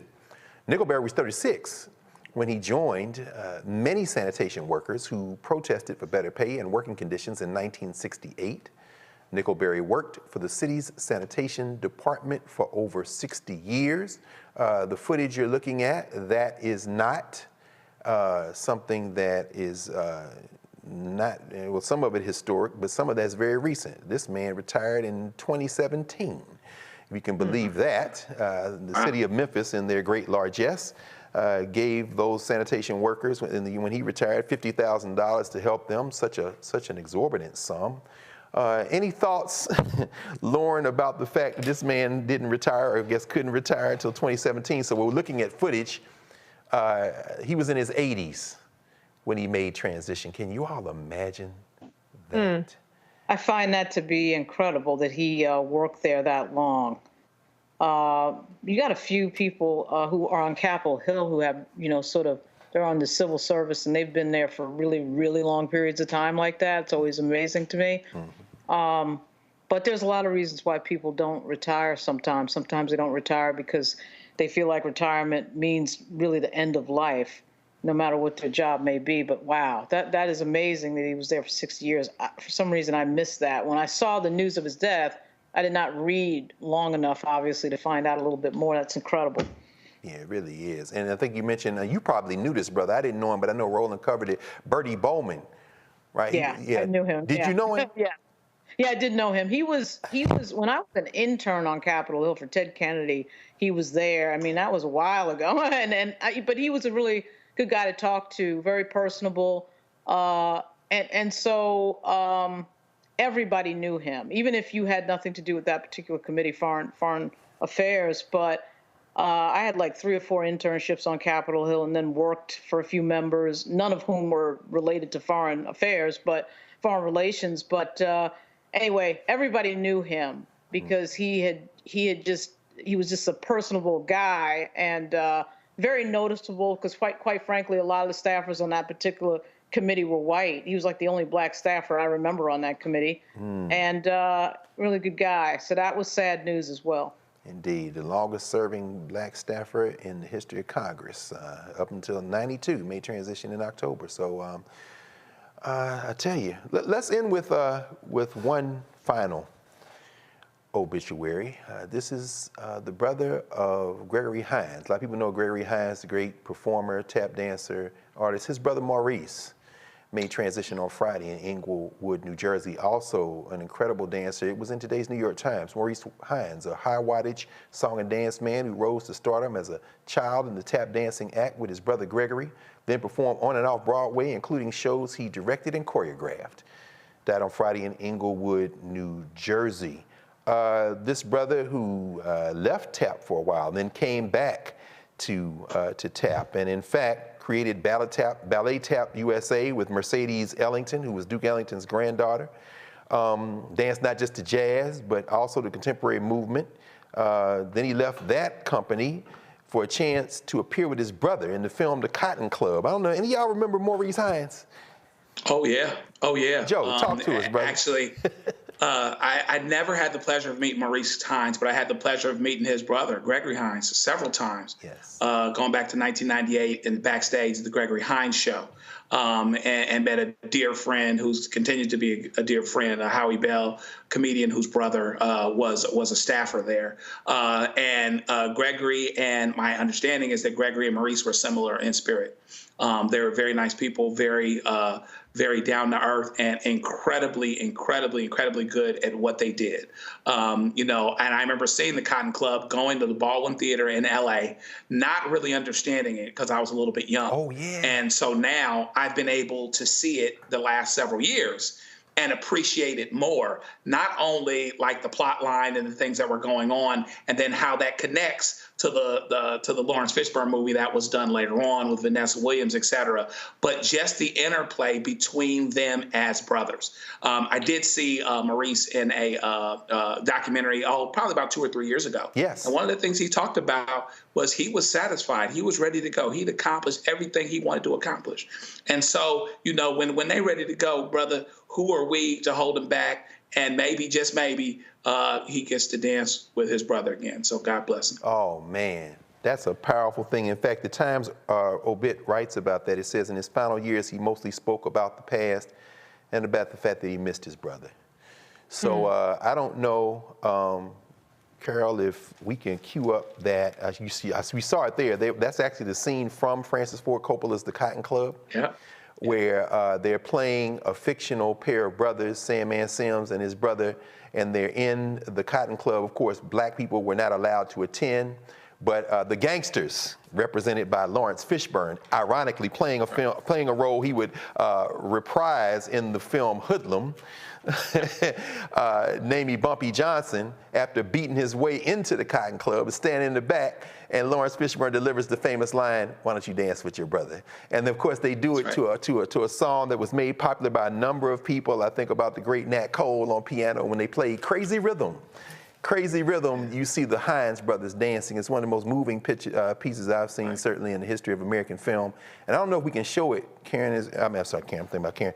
I don't know if we can show it, Carol, on the way out. But if we can, let's do that and thank our panelists. Thank Reese, thank Joe, thank Lauren, and thank everyone. And we'll let thanks, guys. Yeah, all right, y'all. That's Appreciate right. And we'll let the Hines brothers take us out on Thursday night here at Roland Martin Unfiltered. Remember to subscribe to the Black Star Network. Support the Black Star Network. Bring the Funk Fan Club. Join the Bring Funk Fan Club if you haven't. It's the top of the year. It's a good time to join. There we go. There's all the information you need.